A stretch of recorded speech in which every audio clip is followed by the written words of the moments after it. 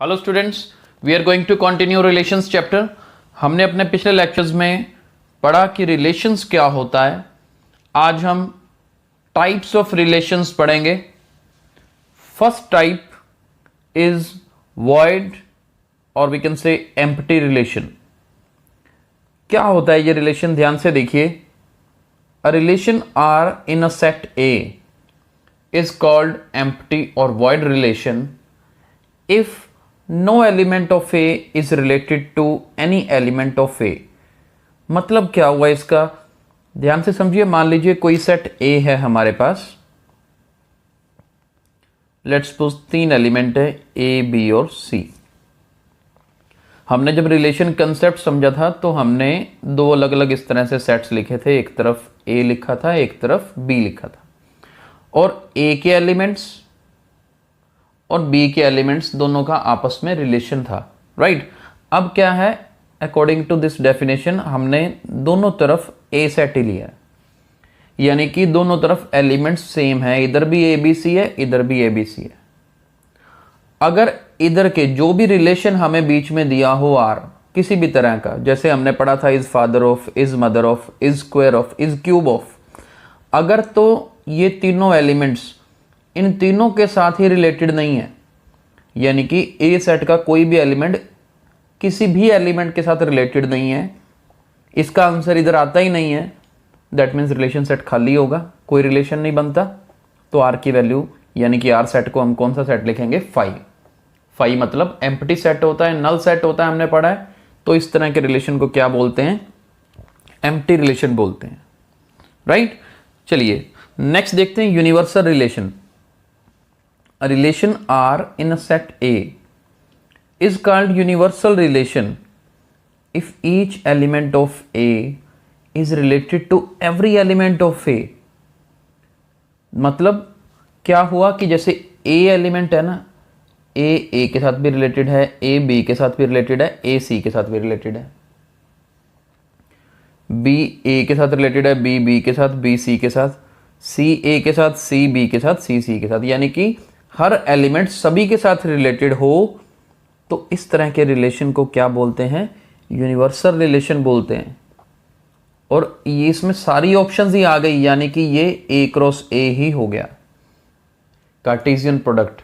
ये हमने डेफिनेशन में पढ़ा था कि रिलेशन सेट क्या होता है, ये जो क्रॉस प्रोडक्ट है इसका सबसेट होता है। यहां पर सबसेट तो ठीक है लिखेंगे, लेकिन सारे के सारे एलिमेंट्स ही आ रहे हैं, तो इसलिए आर को हम डायरेक्ट ए क्रॉस ए भी लिख सकते हैं, राइट।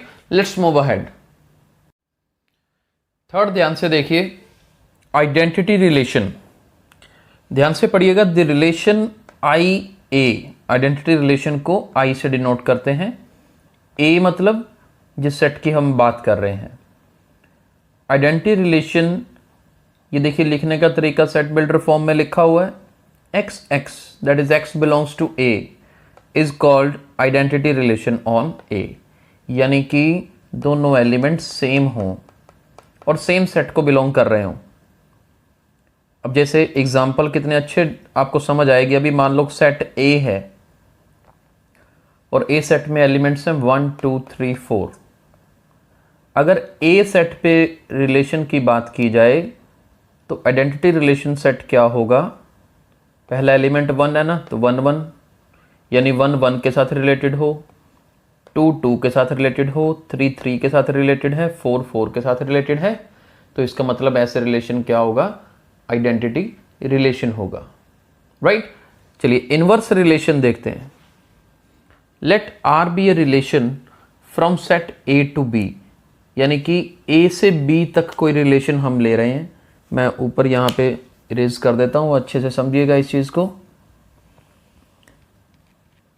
मान लीजिए हम क्या कर रहे हैं, एक सेट ए लिया,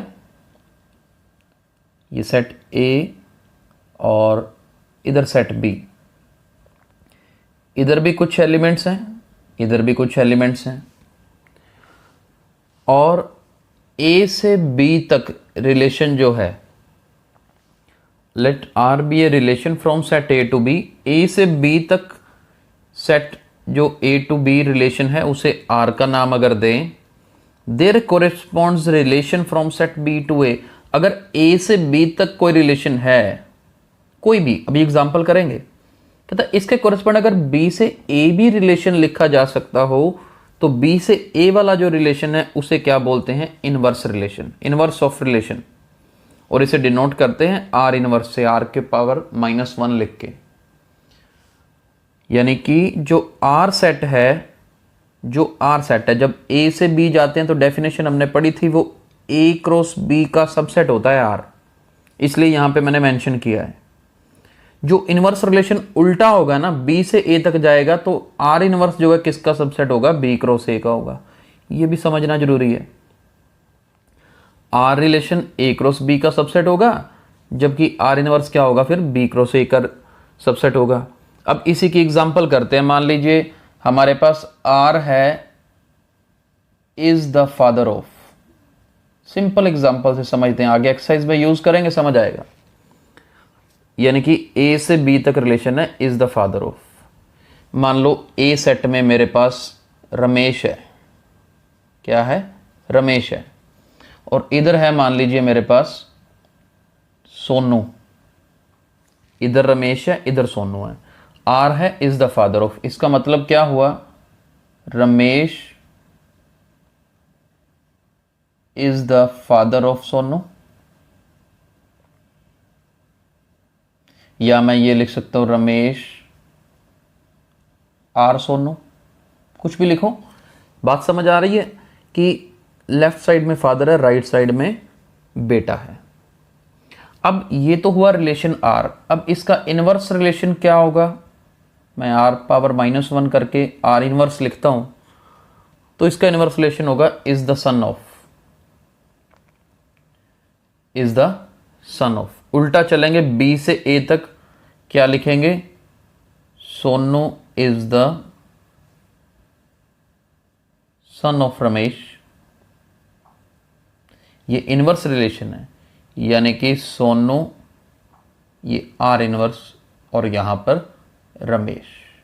तो इस तरह से आर रिलेशन है तो उसका इनवर्स एग्जिस्ट कर रहा है। आर जो है ए क्रॉस बी का सबसेट होगा, बी क्रॉस ए जो है, आर इनवर्स जो है बी क्रॉस ए का सबसेट होगा। इसी तरह से एक और एग्जांपल लेते हैं इनवर्स रिलेशन की, ताकि और अच्छे से समझ आए। मान लो हमारे पास सेट वही रखते हैं ए और बी, मैथमेटिकल टर्म्स में बात करते हैं।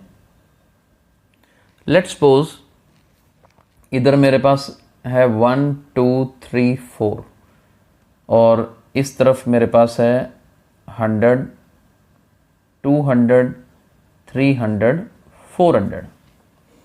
मान लो ये है मेरे पास रिलेशन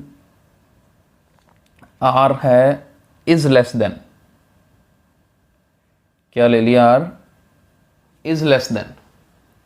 अब देखो ना, इज लेस देन मतलब क्या है कि ए के सारे एलिमेंट देखो बी के सभी एलिमेंट से ही छोटे हैं कि नहीं? आप चाहे 1 ले लो, 100 से छोटा है, 200 से छोटा है, 300 से छोटा है, 300 से भी छोटा है, 400 से छोटा है। और इसका इनवर्स रिलेशन क्या होगा?